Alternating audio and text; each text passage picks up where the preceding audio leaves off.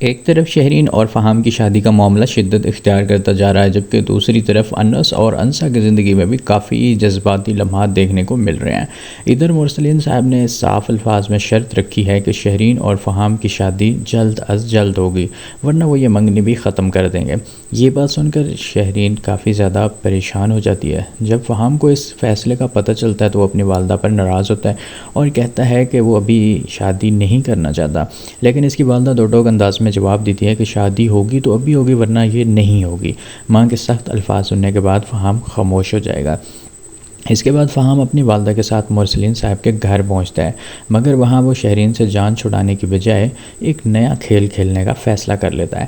وہ جان بوجھ کر شہرین کا ہاتھ پکڑ لیتا ہے اور کہتا ہے مجھے چیلنج بہت پسند ہے اور تمہارے والد نے مجھے چیلنج دیا ہے، اب میں یہ چیلنج ہر حال میں پورا کر کے ہی دکھاؤں گا۔ اسی طرح اور مرسلین صاحب دونوں کو ایک دوسرے کے ساتھ دیکھ لیتے ہیں۔ فہام کی یہ حرکت دیکھ کر وہ شدید غصے میں آ جائیں گے، جس کے بعد حالات مزید خراب ہوتے ہوئے نظر آئیں گے۔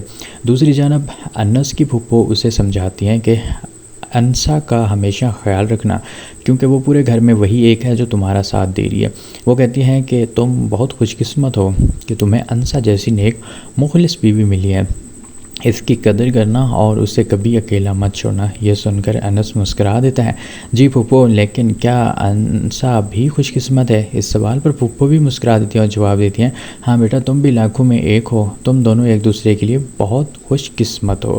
اب دیکھنا یہ ہوگا کہ مرسلین صاحب فہام کی اس حرکت کے بعد شادی کا فیصلہ بدل دیں گے، اور کیا شہرین اور فہام کی شادی واقعی ہو جائے گی یا پھر کچھ اور ہی ہمیں دیکھنے کو ملے گا۔ اس کے لیے تو ہمیں انتظار کرنا ہوگا اب اگلی ایپیسوڈ کا۔ آپ کے خیال میں آگے کیا ہونے والا ہے؟ آپ اپنی قیمتی رائے کومنٹس میں دے سکتے ہیں، اور اگر آپ اسی طرح کے ڈرامہ اپڈیٹس لینا چاہتے ہیں، ریویوز لینا چاہتے ہیں، تو اسی چینل کو لائک بھی کر دیں اور سبسکرائب بھی کر دیں۔